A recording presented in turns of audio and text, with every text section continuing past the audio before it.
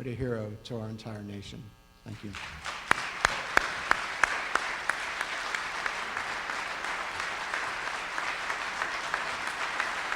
I'm free, and I won't forget the men who died, who gave that right to me, and I gladly stand up next to you and defend her still today. Thank you. 'Cause there ain't no doubt I love this land. Thank you. God bless the USA. What a beautiful song. Before I usually start speaking, I appreciate wholeheartedly for the warm welcome and greeting and the sincerity that people have always given me for my service to this country. But I want to do something that I have continued to do.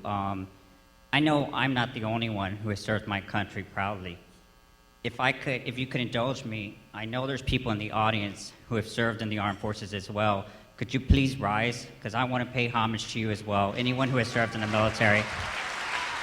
Thank you. Look around, because there we are. We're everywhere.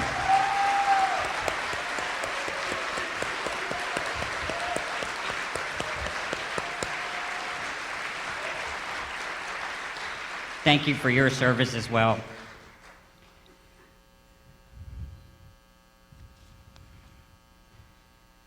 As you have heard, I am retired Marine Staff Sergeant Eric Alva. It is an honor and such a warm privilege to be here at the second annual HRC Gala dinner here in Las Vegas. I want to share with you for just a few minutes about myself and how I got to where I am today. It was on March 21st, 2003, the first day of the Iraq War. I was part of a logistical convoy. My unit, the 3rd Battalion, 7th Marines, was headed towards the city of Basra. Our mission was to secure the city. As we approached the city limits, our convoy stopped to rest and regroup in order to prepare for any resistance we may encounter upon entering the city. I had departed my Humvee to use the restroom. The second time I got off my Humvee was to retrieve some supplies from another vehicle. On the third time, I had departed my vehicle because I wanted to eat something. I had already missed 3 meals prior to that morning, so I thought I better eat now because I didn't know when we would have time that day. As I was warming up my MRE on the hood of my vehicle, I decided to go back to the passenger side of my vehicle and get something. Ladies and gentlemen, till this day, I don't know what it was I was going to go get because I never made it. After 2 to 3 steps, I had triggered a landmine. The explosion threw me about 10 feet away from the vehicle. I landed on my back and my hearing was gone. I was gripping my right arm and I noticed the tip of my index finger was gone. I started to regain my hearing when I could hear people yelling for someone to help me. My injuries were a broken left leg, a broken right arm which suffered severe nerve damage, and a damaged right leg where I would learn later after waking back up in Kuwait that doctors were unable to save it and had to amputate it. I had been in Iraq only about 3 hours. I had now become the first American wounded in the Iraq War. I did recover.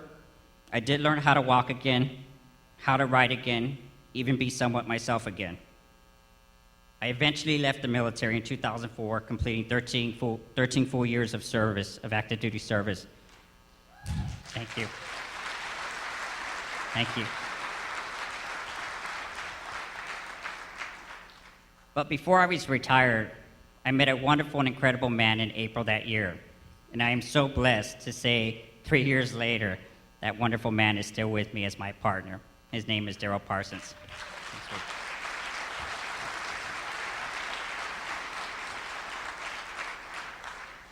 Daryl is the person I give full credit to on where I am today.